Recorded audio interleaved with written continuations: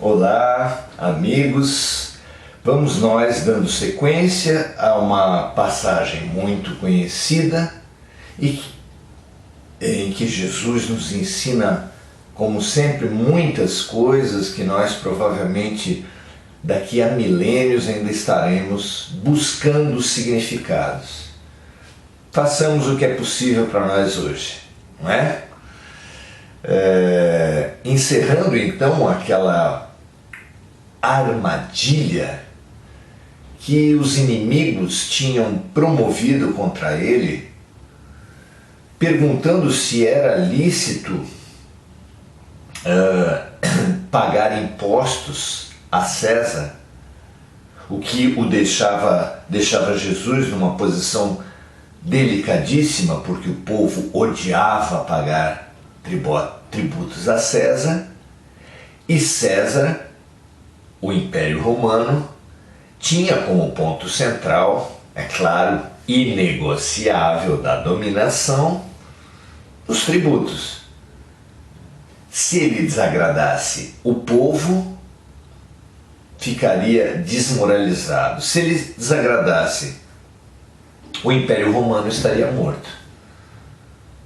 Como sair disso? Não é? Na verdade, o Império foi muito perspicaz ao manter a estrutura de poder anterior à sua dominação.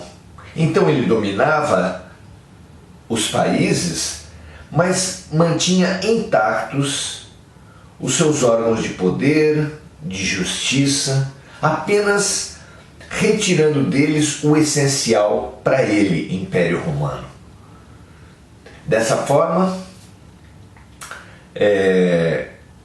ele conseguia dois objetivos pelo menos fundamentais. Um, tornar visíveis, claros, aqueles grupos que certamente mais interesse teriam na reação, na resistência, na expulsão dos invasores, que eram, é claro, os mandatários anteriores. Então, deixando-os visíveis, claros, eles os controlavam e assim neutralizavam grande parte das ameaças contra o invasor.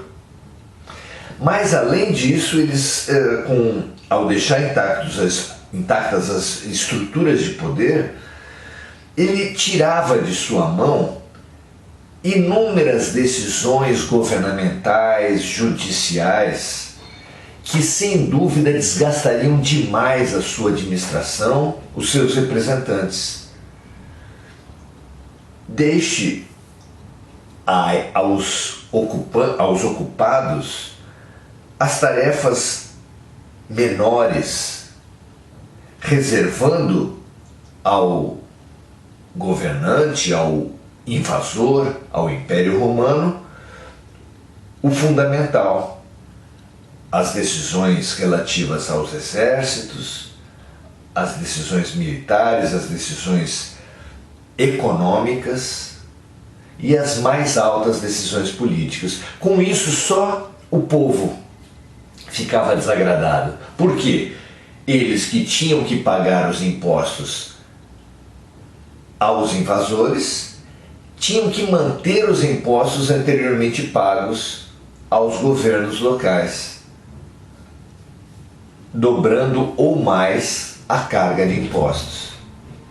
Então, era nessa situação, era nessa tensão popular, era nessa insatisfação que os inimigos de Jesus queriam atirar o Mestre,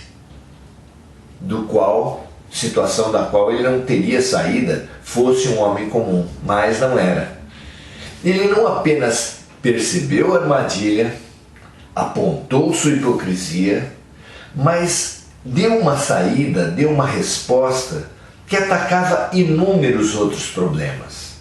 Porque há muito tempo a humanidade vem estabelecendo uma confusão entre o que é dos homens e o que é de Deus. E essa confusão não se espelha, não se manifesta apenas nos estados teocráticos, na teocracia, que é essa forma de poder que une o governo político com a direção religiosa, fazendo com que o sumo sacerdote, ou dirigente, ou papa, ou ayatolá, seja também o chefe de governo, o dirigente político. Com isso, misturando a espiritualização com as decisões menores, confundindo os líderes religiosos com os vendedores de serviços públicos que sempre existiram em todos os tempos.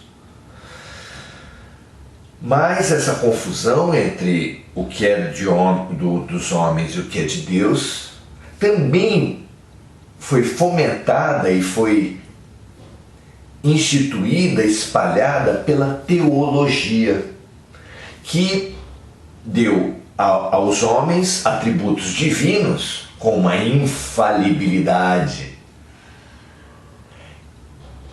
e deu a Deus atributos humanos como a ira, a vingança, o ódio.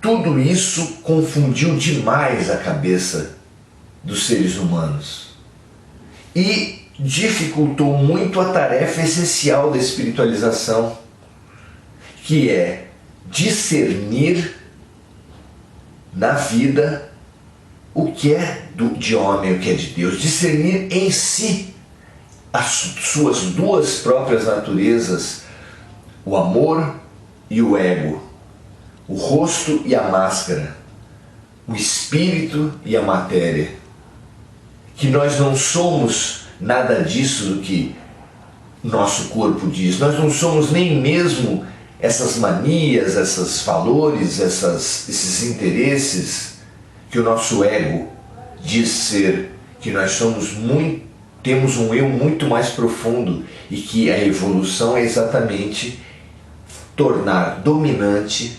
submeter o ego e a matéria ao espírito. É para isso que a gente veio, é para isso que a gente existe, é para isso que a gente vive. E Jesus, ao dizer para nós, dai a César o que é de César e a Deus o que é de Deus, clareou demais esse ponto.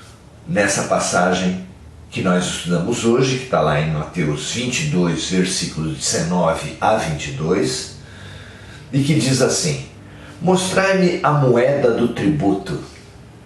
E eles lhe apresentaram um dinheiro. E ele diz-lhes: de quem é esta efígie e esta inscrição? Dizem-lhe eles: de César. E ele então lhes disse: dai, pois, a César o que é de César, e a Deus o que é de Deus. E eles, ouvindo isso, maravilharam-se, e deixando-o, se retiraram. Estava aí uma base para o discernimento humano, o discernimento na política, na teologia, e o discernimento para perceber em si mesmo, em nós mesmos, essa distinção entre a superficialidade do ego e a essencialidade do ser, que é o amor. Até a próxima, meus amigos, que nós tenhamos discernimento nas nossas vidas. Grande abraço!